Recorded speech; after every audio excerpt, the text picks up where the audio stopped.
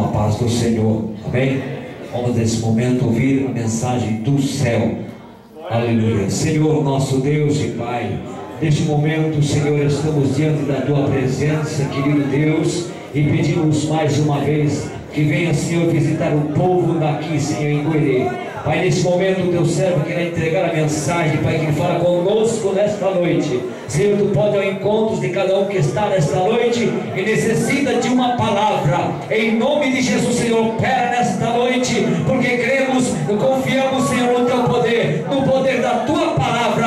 Em nome de Jesus, opera nesta noite. Amém. Glória. Aleluia.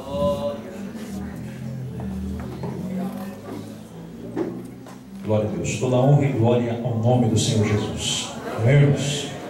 Louvado seja Deus. Peço que você abra a sua Bíblia, por gentileza.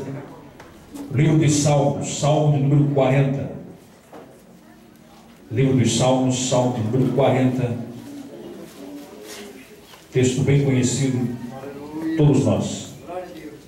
Livro dos Salmos, Salmo de número 40.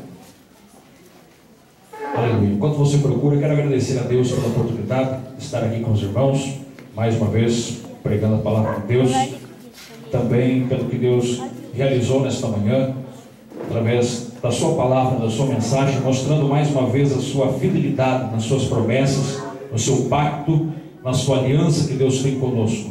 Também quero agradecer a Deus dos irmãos, da recepção, do tratamento aqui, que nós não merecemos isso, mas por certo que Deus abençoe a vida da irmã Geni, também o irmão Aurélio, pai do nosso irmão Wesley, que Deus abençoe o irmão Wesley, também o irmão Carlos, dirigente das jovens dessa mocidade, que Deus continue abençoando cada um poderosamente, e a tua vida que você veio para ouvir uma palavra de Deus. Amém?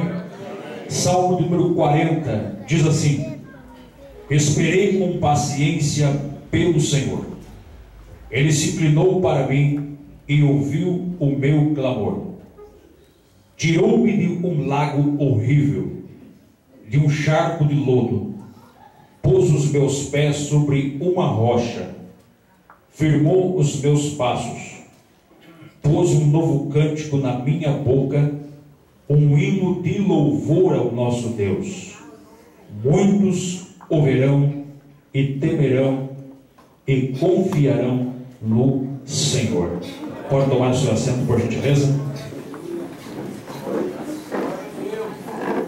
Glória a Deus. Louvado seja Deus por tudo que Deus tem realizado em nosso meio. Louvado seja Deus. Eu pedi a Deus uma confirmação da palavra. Deus colocou esse texto no meu coração nesta noite.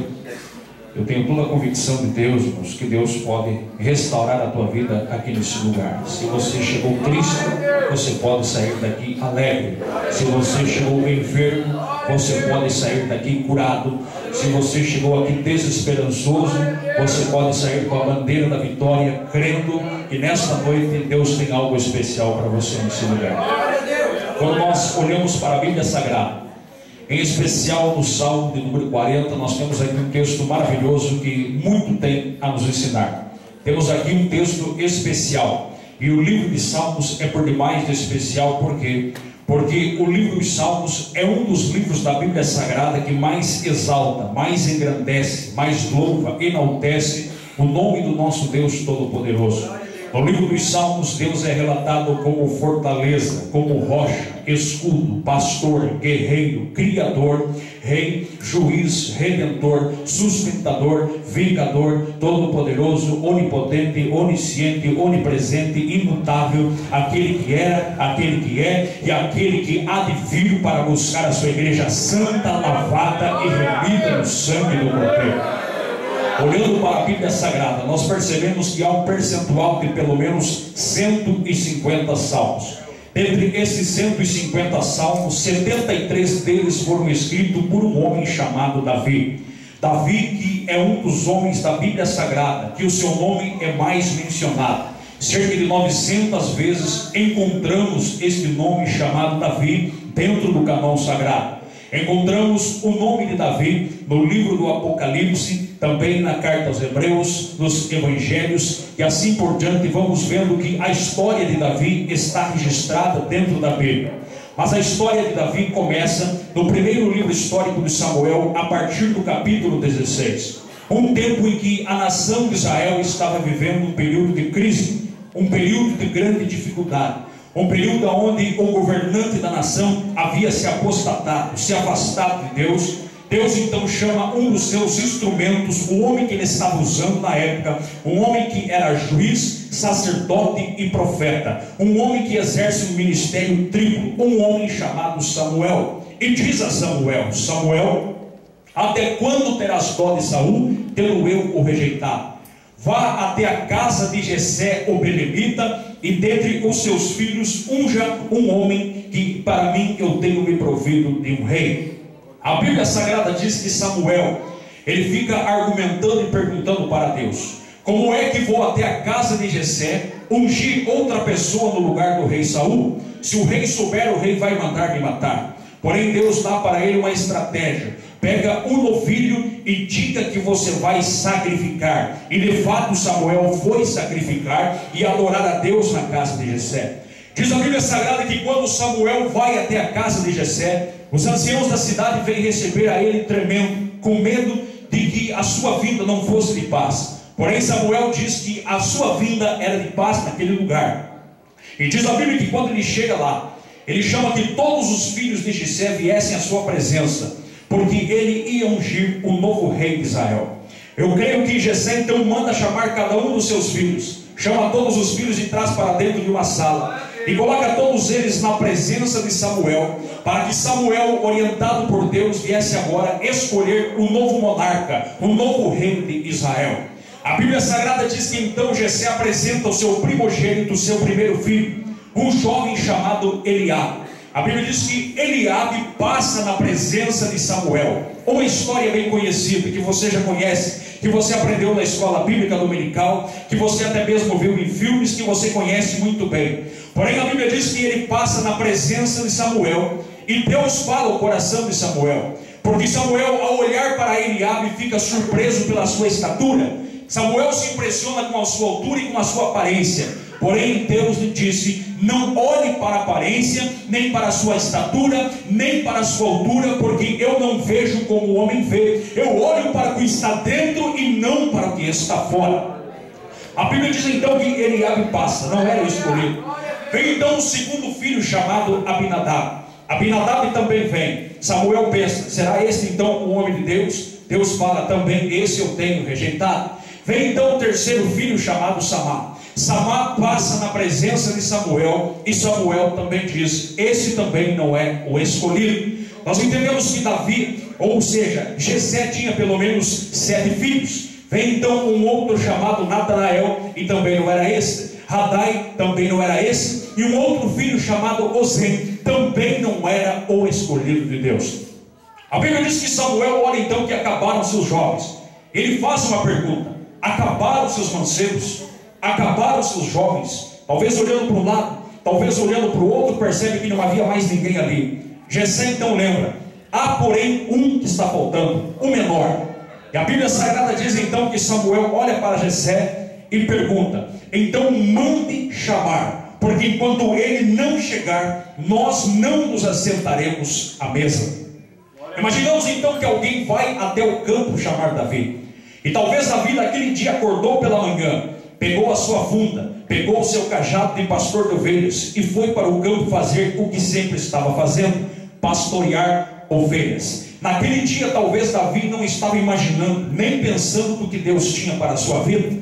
Talvez Davi naquele momento estava lá girando a sua funda, acertando pedras numa árvore. Talvez estava treinando, talvez estava lá olhando para as suas ovelhas, contando as suas ovelhas, talvez compondo hinos e dizendo e cantando assim: o Senhor é meu pastor e nada me faltará. Certo é que Davi não imaginava que naquele dia que talvez poderia ser um dia normal, naquele dia que talvez era um dia comum para ele, Deus tinha uma surpresa na sua vida. Um dia que como hoje, que você saiu da tua casa talvez pensando: hoje é apenas mais um culto, hoje é apenas mais um congresso, hoje é apenas mais um dia de igreja, mas talvez você não imagina, talvez você não pensa, talvez você não consegue assimilar a tua mente humana do que Deus tem preparado para você aqui nesta noite. Porque talvez nessa noite você entrou aqui desesperançoso, cansado, talvez você entrou aqui cheio de tristeza no teu coração, mas você pode sair abraçado com a tua vitória,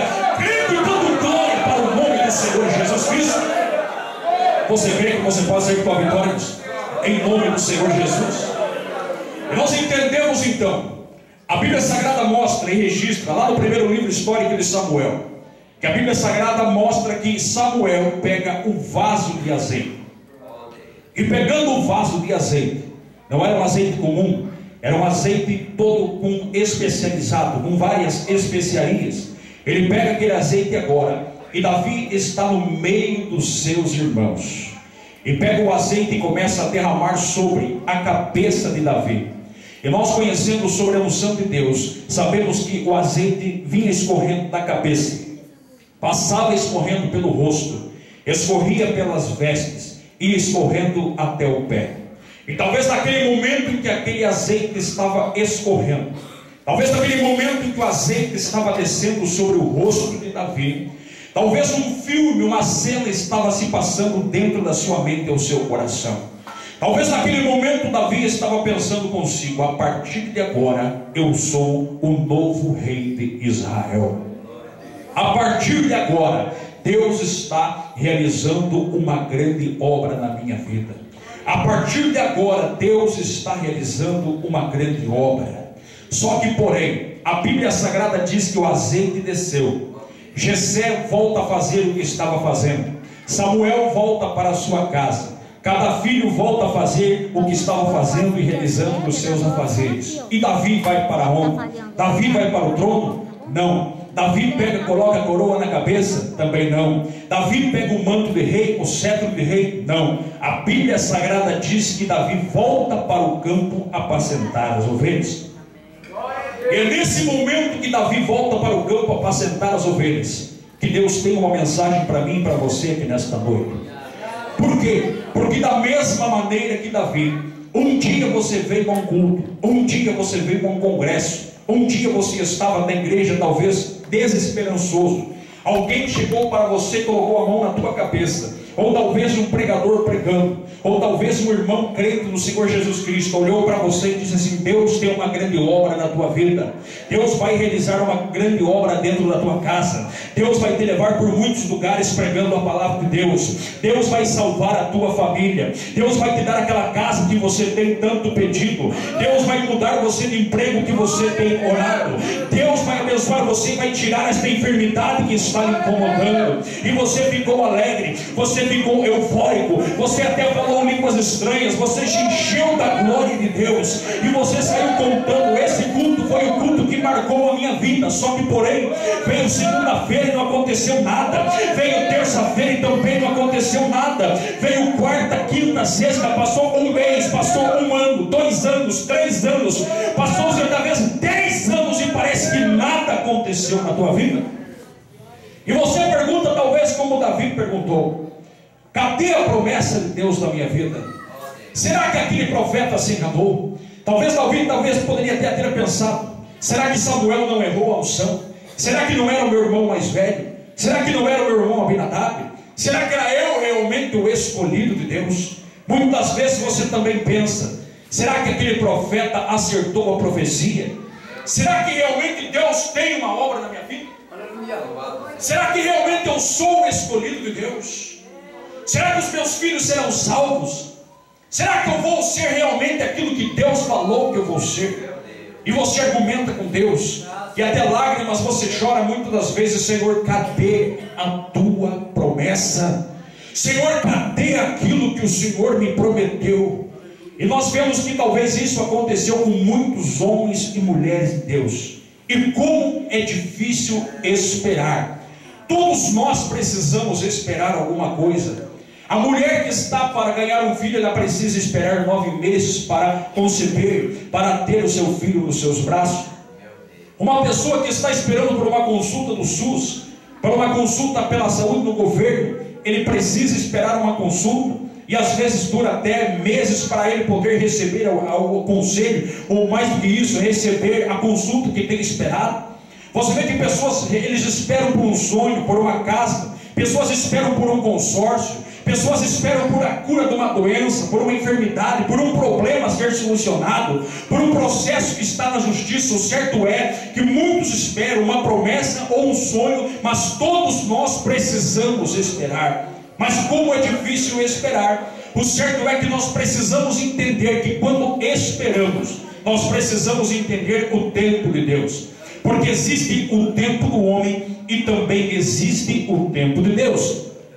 Quando falamos do tempo do homem, a Bíblia chama o tempo do homem de cronos, que vem da palavra cronômetro, que vem da palavra cronometrar. É o tempo que o relógio marca, é o tempo do minuto, do segundo, do milésimo, é o tempo do dia, do ano, da década, dos milênios. Esse é o tempo do homem, é o tempo que pode ser marcado, é o tempo que pode ser registrado. Porém, Deus não trabalha dentro do tempo do homem. Deus trabalha dentro do seu tempo, que é chamado tempo Kairos. Segundo Pedro 3:8, um dia para o Senhor é como 1000 anos, 1000 anos é como um dia, mas o Senhor não retarda a sua promessa, ainda que alguns tenham por tardia.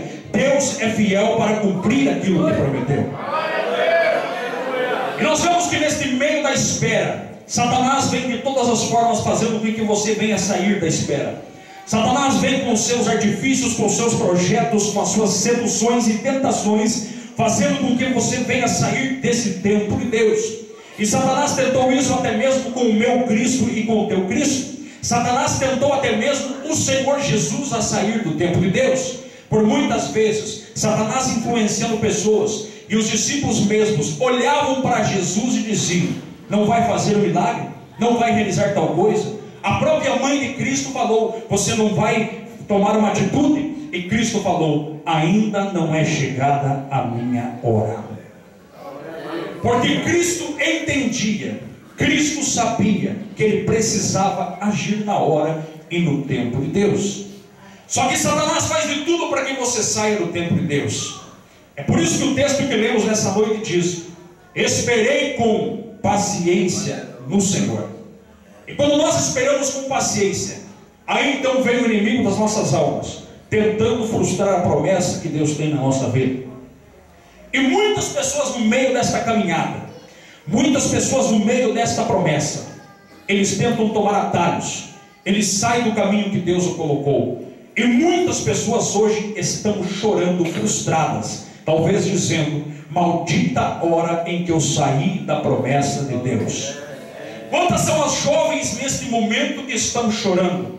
Quantas são as jovens neste momento que talvez estão orando, dizendo: maldita hora em que eu casei antes do tempo? Porque um dia alguém lhe prometeu: você terá um casamento abençoado, você casará de noiva, você terá uma família abençoada. Mas ela ficou toda eufórica, toda alegre, e colocou no seu coração: vou ter um casamento abençoado. Foi lá mexendo no Facebook, na internet, viu alguém que era muito bonito, aparentemente bonito, porque até o diabo se transfigura em anjo de luz, e nem tudo que brilha é ouro. E se iludiu e caiu numa tentação, e hoje está casado, talvez sofrendo na mão de uma pessoa que não teme a Deus, e hoje está lá fora chorando: maldita hora em que eu saí do tempo de Deus. Por quê? Porque Deus sempre tem o melhor, Deus sempre quer te dar o melhor, Deus tem o melhor para a tua vida. Mas Satanás quer que você saia fora, Satanás quer que você faça divórcio, Satanás quer que você saia da igreja, para que você não receba a bênção de Deus na tua vida. Um dia Deus fala para o jovem: você será um pregador da palavra de Deus. Ele fica alegre, ele fica até mesmo entusiasmado, contando para todas as pessoas: eu serei um pregador.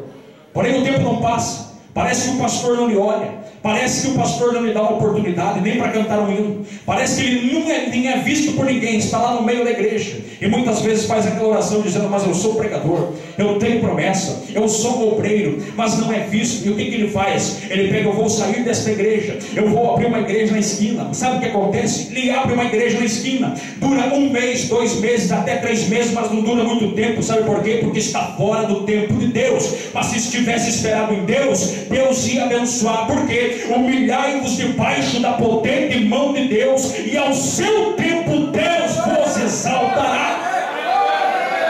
Então é Deus Deus que vai abençoar a tua vida, é Deus que vai abençoar teu casamento, é Deus que vai abençoar teu ministério, é Deus que vai abençoar os teus estudos, é Deus que vai abençoar a tua vida, e é Deus que tem algo especial para você. Nós vemos dentro da Bíblia Sagrada uma mulher chamada Sara, esposa de Abraão. Você vê em Gênesis capítulo 12 que Abraão tem uma promessa de Deus. Deus fala que Abraão que ele seria pai de muitas nações. Pede para que Abraão contasse as estrelas, que grande seria a sua descendência. Porém Deus dá muitas bênçãos para Abraão. Deus dá os despojos, Deus dá animais, Deus dá empregados. Abraão tem de tudo aquilo que quer, porém não tinha o principal, que era filhos. E a Bíblia Sagrada diz que Abraão pede para Deus um filho, porque o único filho que tinha na casa era Damasceno. Era uma pessoa que era o seu criado, o seu sobrinho que estava com ele. Porém Abraão olha para Deus e fala: Senhor, eu não tenho ainda um filho. Deus lhe prometeu um filho, porém Sara não acreditando na promessa de Deus, Sara não acreditando no que Deus tinha na vida de Abraão, falou para Abraão: Abraão, deite-se com a escrava, durma com a escrava, e você terá um filho, nós teremos um filho. E a Bíblia diz que Abraão fez aquilo que Sara. A Bíblia diz que Abraão deu ouvido a Sara, e o que aconteceu? Saiu fora do projeto de Deus. Eu quero dizer para você que Sara representa aquele que não acredita no projeto de Deus na tua vida. Sara são aqueles que não acreditam no que Deus tem para a tua história. Porque muitas das vezes você recebe algo de Deus e vai até alegre contar para alguém. E você chega para alguém e diz assim: eu tenho uma promessa de Deus, Deus falou que vai fazer algo na minha vida. E aquele que tem o espírito de Sara olha para a tua vida, dá um sorriso irônico, dá até uma risadinha e diz assim: quem é você? Olha onde você mora, olha quem que é você. Você não é conhecido, você não é uma pessoa que tem aí uma grande sabedoria. Então quem é você? Quem você pensa que é? E as pessoas vão até te menosprezando, achando que você não é ninguém, achando que você é um coitadinho, irmãos, mas não sabe que quem prometeu para você não foi o homem, quem prometeu para você não foi o Zé Ninguém, foi o Deus Todo-Poderoso, Criador do céu e da terra. E nós vemos dentro da Bíblia Sagrada que muitas pessoas foram frustradas porque saíram do projeto de Deus. Pessoas que hoje choram porque saíram fora do tempo do Senhor. A Bíblia diz: esperei com paciência no Senhor. A Bíblia, quando fala esperei com paciência, nós devemos olhar para a vida de Davi e ver que Davi não tomou nenhuma atitude precipitada. Porque Davi poderia ter tirado a vida de Saul e ter colocado a coroa na cabeça e ter se tornado um rei. Mas ele diz: quem sou eu para tocar no ungido de Deus? A Bíblia diz também que Davi não murmurou contra Deus.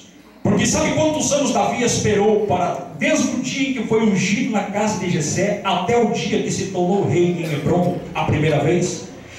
A Bíblia diz e registra, nos mostra aí uma cronologia de 21 anos para que Davi chegasse ao trono. Eu pergunto para você: faz quanto tempo que você está esperando a promessa? Davi esperou 21 anos para colocar a coroa na cabeça. Mas você não vê na Bíblia Sagrada Davi murmurando. O que Davi está fazendo? O Senhor é meu pastor e nada me faltará. O Senhor, irmãos, me faz andar em verdes pastos. Davi louvava, exaltava. Enquanto Davi esperava, pegava a sua harpa e começava a cantar. E os demônios tinham que sair. Os demônios tinham que sair em retirada. Por quê? Porque a Bíblia Sagrada diz que o Espírito do Senhor estava sobre a vida dele. Esse homem não murmura, ao contrário do povo de Israel, ao contrário daquele povo que tinha promessa. Mas quando a Bíblia fala que faziam 3 meses e 15 dias que haviam saído do Egito, muitos começaram a olhar para Moisés e dizer: mas cadê o pão? Cadê a carne? Nós não temos isso, nós não temos aquilo, porque lá no Egito era melhor, as cebolas eram melhor, os pepinos eram melhor, e começaram a murmurar contra Deus. Sabe o que aconteceu? Muitos deles morreram no meio do deserto. Outros deles começaram a andar em volta durante 40 anos, ou seja, não receberam aquilo que Deus havia prometido. Por quê? Porque era um murmurador. Crente que murmura, que vive criticando, que vive apenas murmurando, coloca defeito no pastor, coloca defeito no cantor, no pregador, coloca defeito no obreiro. Para ele nada está bom, para ele nada alegra no seu coração, mas é crente que vive só vendo promessa na vida dos outros. É como o irmão do filho pródigo. Quando chega o irmão que estava lá no mundo, todo arrebentado, perdido, ao invés de ele fazer uma festa e se alegrar, ele vai logo murmurando: mas quem que é esse? Chegou ontem e já quer pregar. Quem que é esse que chegou ontem e já quer cantar? Eu faz 20 anos que estou aqui e nunca recebi nada, e não vai receber nada se continuar murmurando. Mas se alegrar junto, se alegrar com o Pai, a Bíblia diz que Deus vai te exaltar, porque você se humilha na presença dele. A Bíblia nos mostra que nós devemos esperar com paciência no Senhor, confiando nele, não apenas confiando em homens. A Bíblia diz no Salmo 37, verso 25: entrega teu caminho ao Senhor, entrega teus projetos ao Senhor, entrega a tua vida ao Senhor, confia nele e ele tudo fará. Quantos creem nessa verdade? Diga glória a Deus.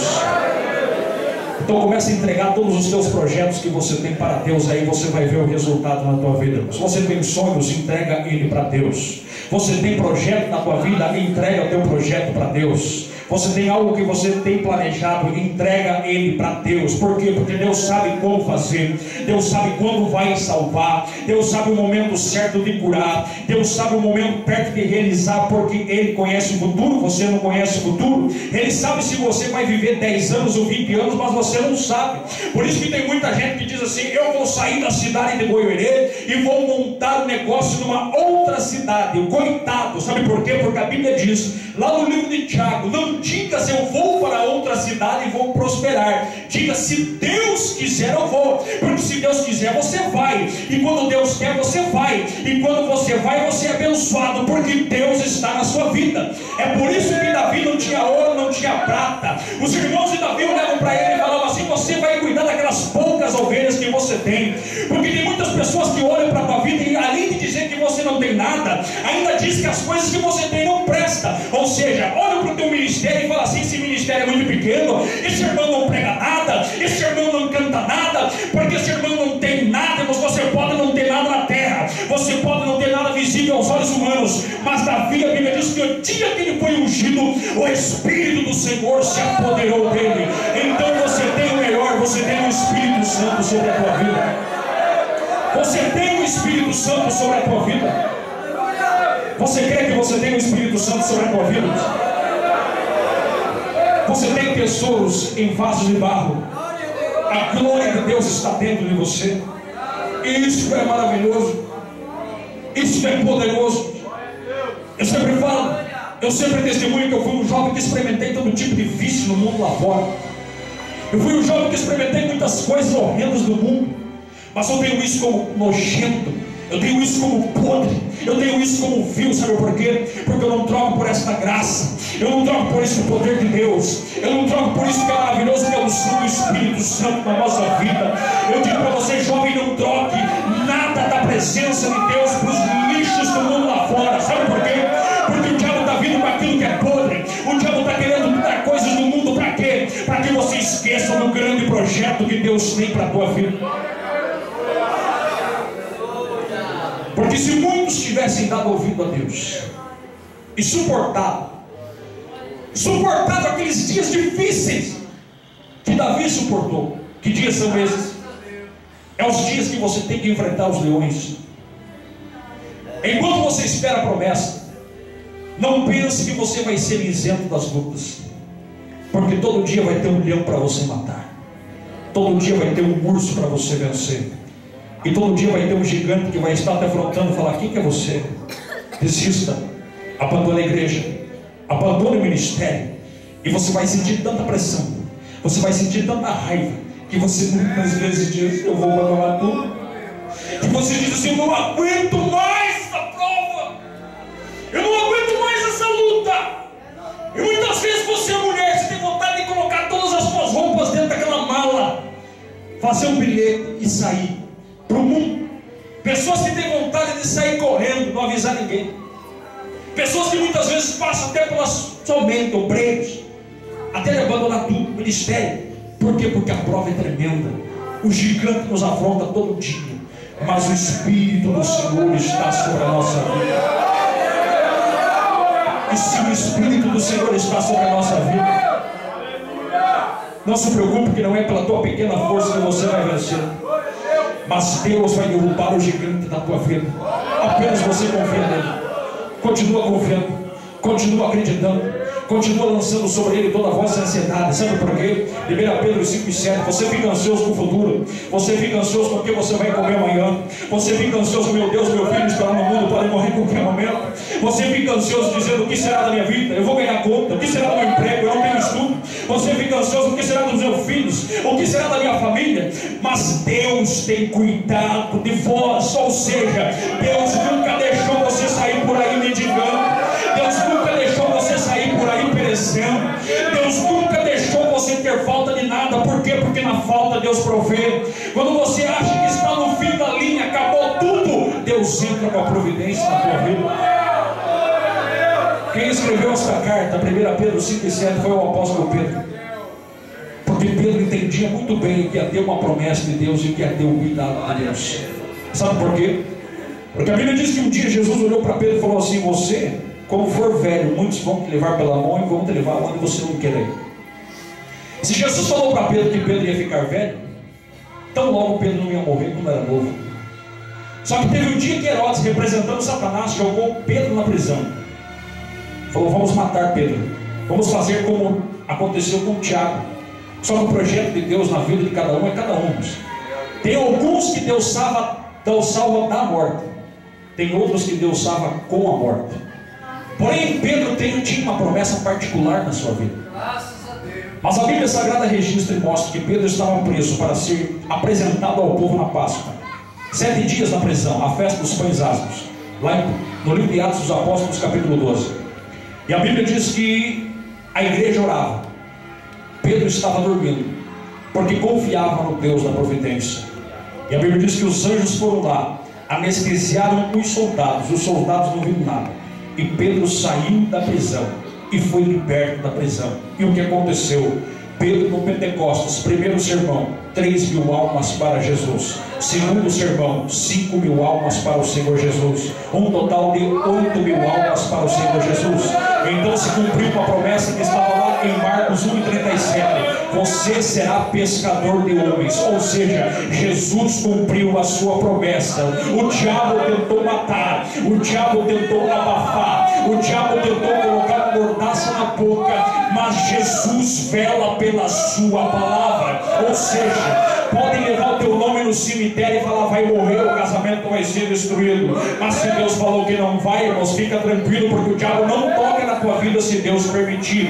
Então não tenha medo de macumba, não tenha medo de invejoso, não tenha medo daqueles que tentam frustrar o que Deus tem na tua vida. Porque se Deus prometeu, Deus não é homem para que minta, nem filho de homem para que se arrependa. Se Deus falou que vai fazer, Deus vai fazer.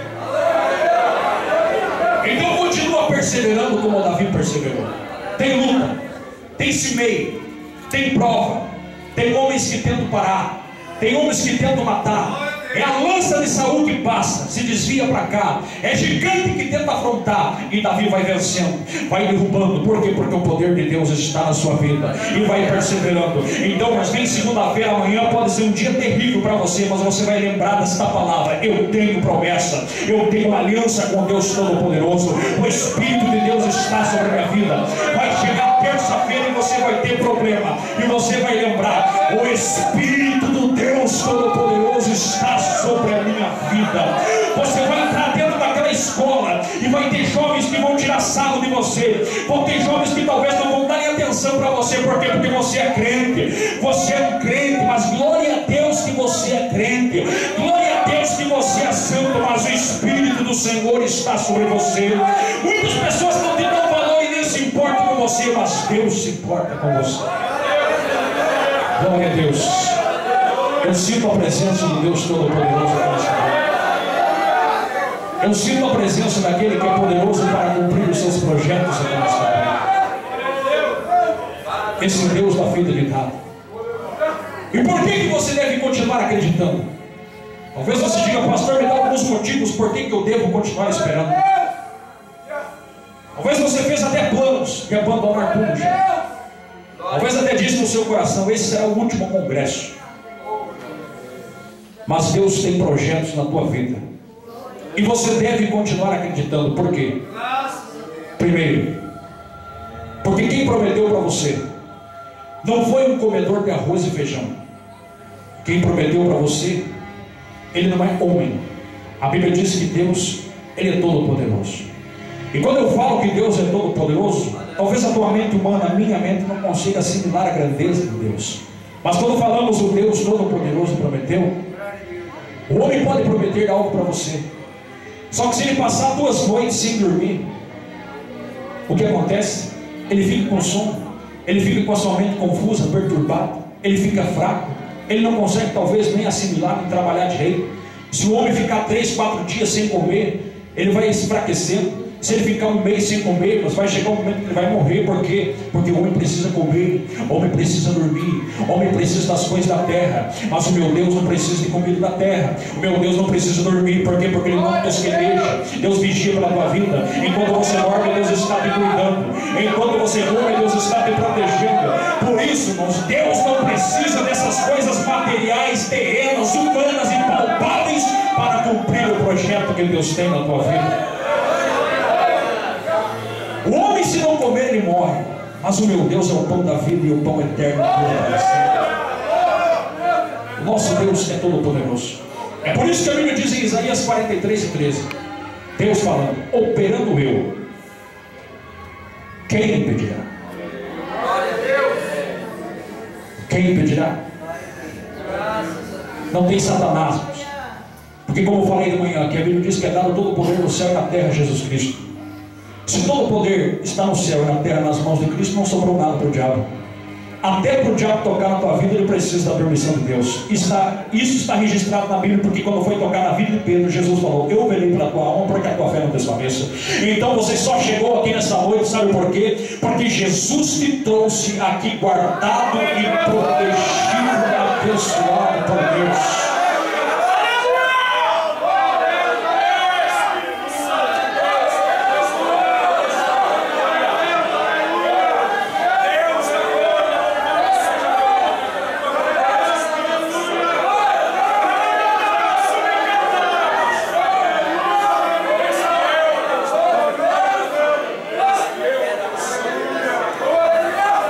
Deus é poderoso. A Bíblia Sagrada mostra. Aleluia.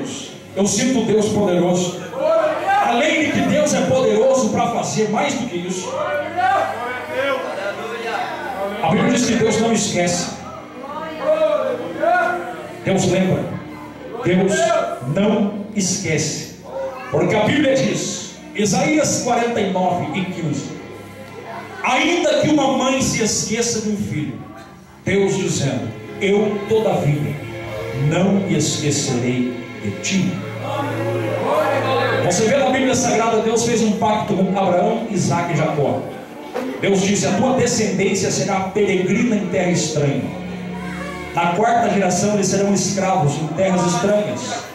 Porém, aleluia, eu irei salvá-los, irei libertá-los. E a Bíblia Sagrada diz que quando o povo de Israel trocou, morreu o rei do Egito, aleluia, estava lá o povo de Deus. Talvez homens como os irmãos que estão aqui com suas cãs brancas, cabelos brancos. Sabe como que eles estavam lá? Desse jeito.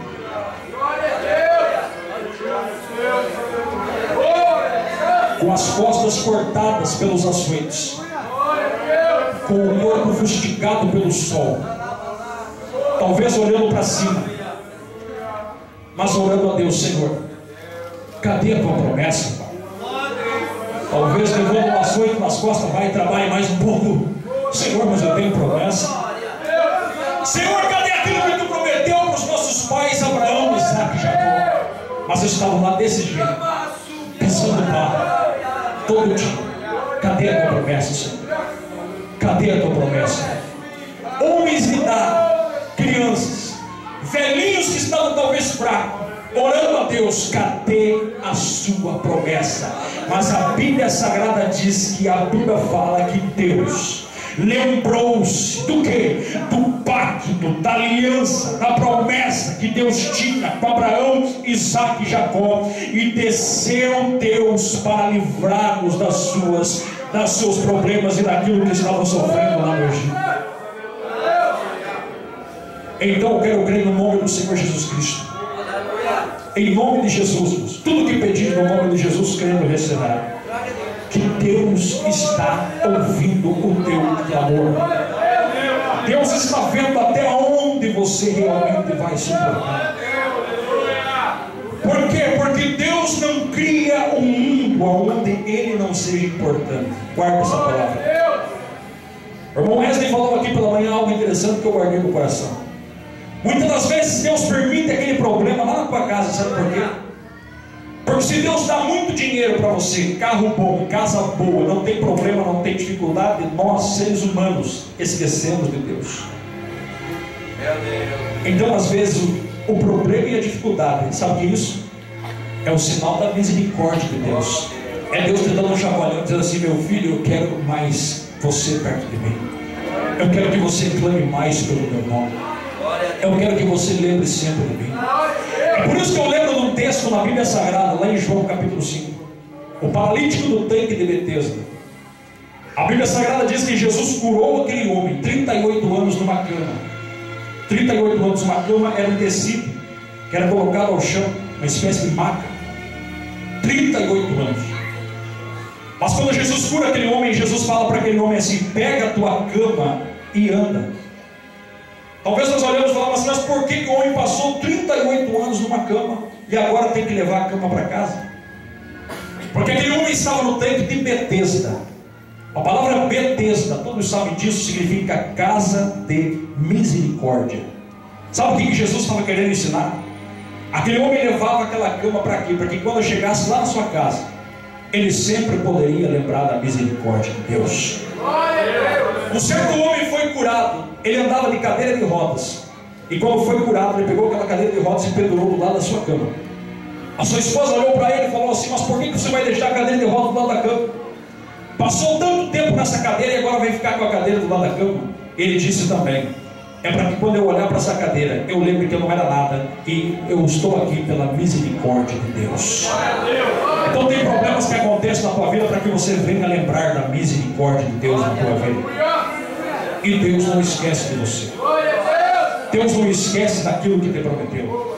É por isso que José está dentro da prisão. José tinha sonhos, sim ou não? Sim ou não?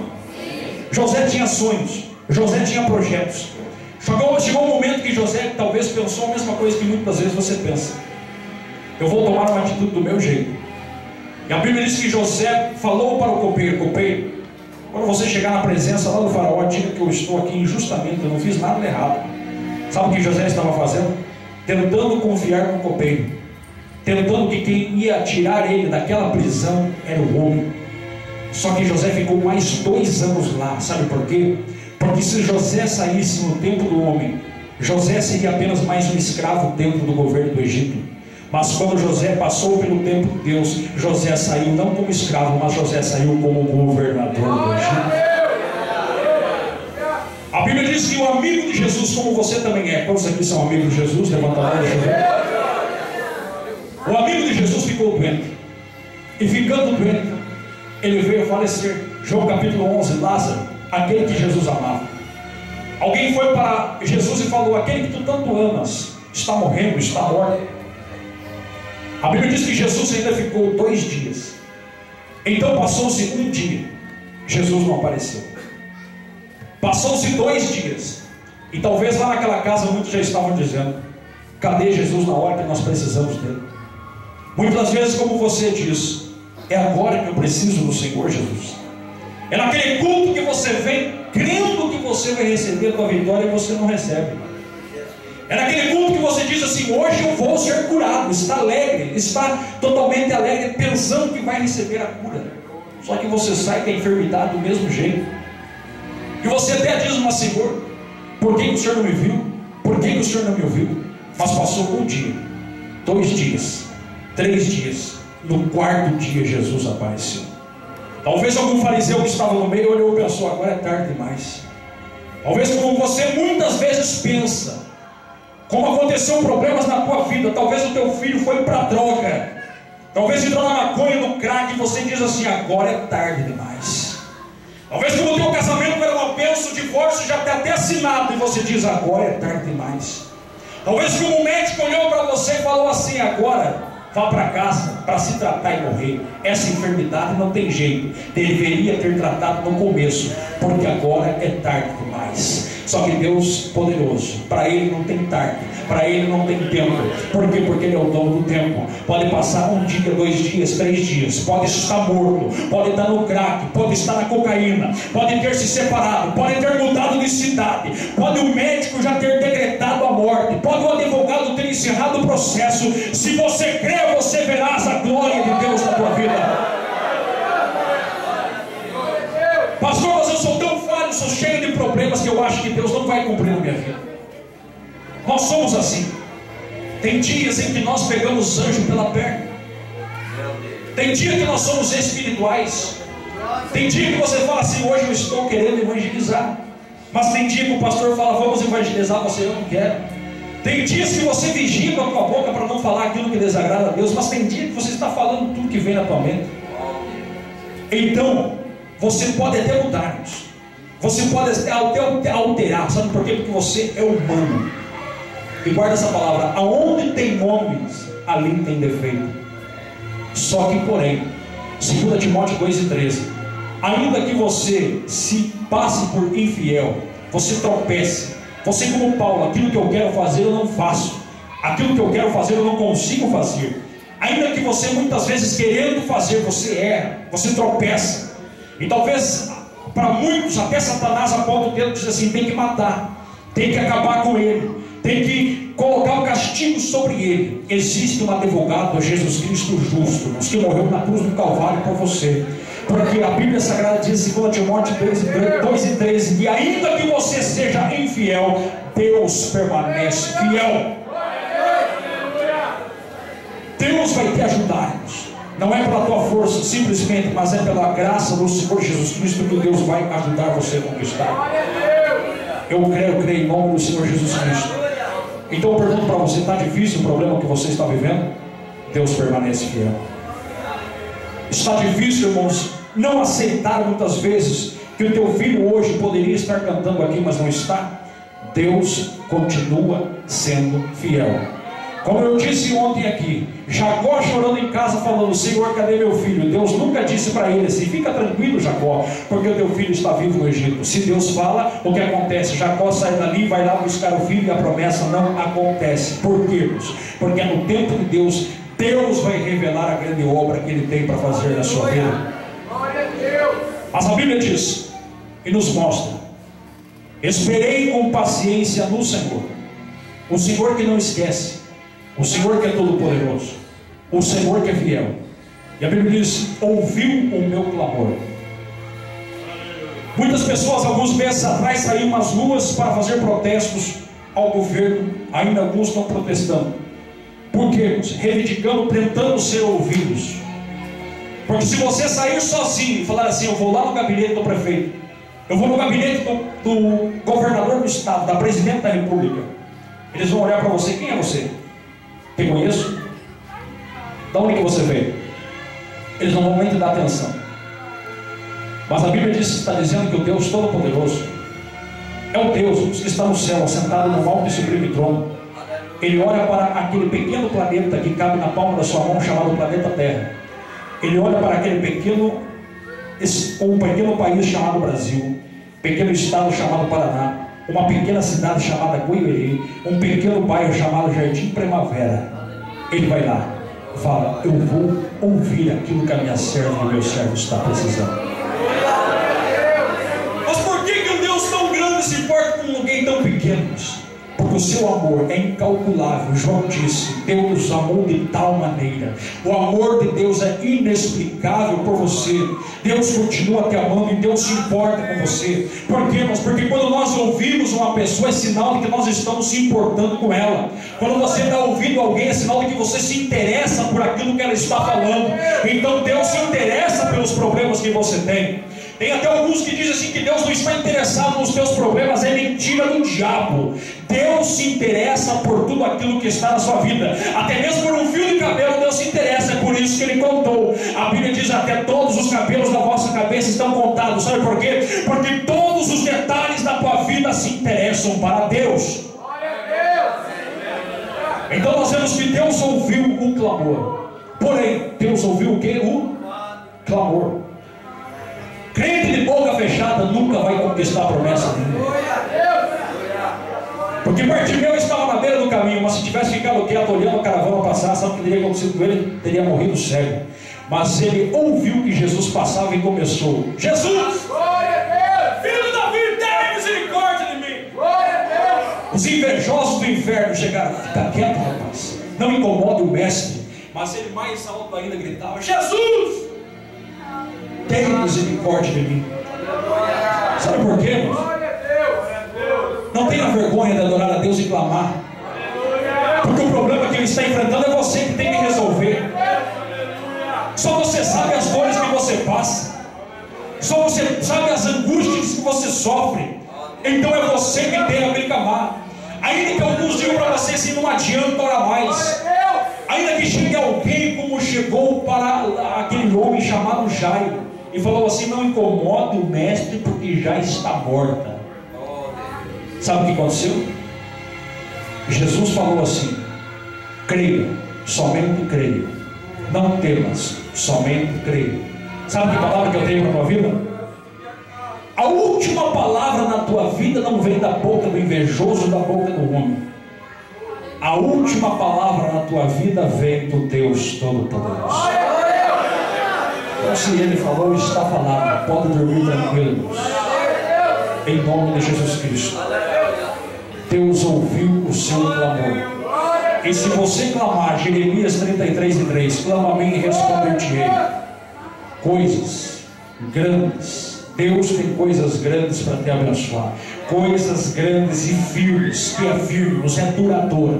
Não é coisa que vaza pelas mãos e você perde. Não é algo que você venha a perder do dia para a noite, mas é algo firme que Deus tem para te dar. E Deus tem muita bênção para te dar. Principalmente, irmãos, a coroa de glória, a vida eterna Deus tem para te dar. Deus tem muitas bênçãos a acrescentar na tua vida, mas você precisa continuar clamando.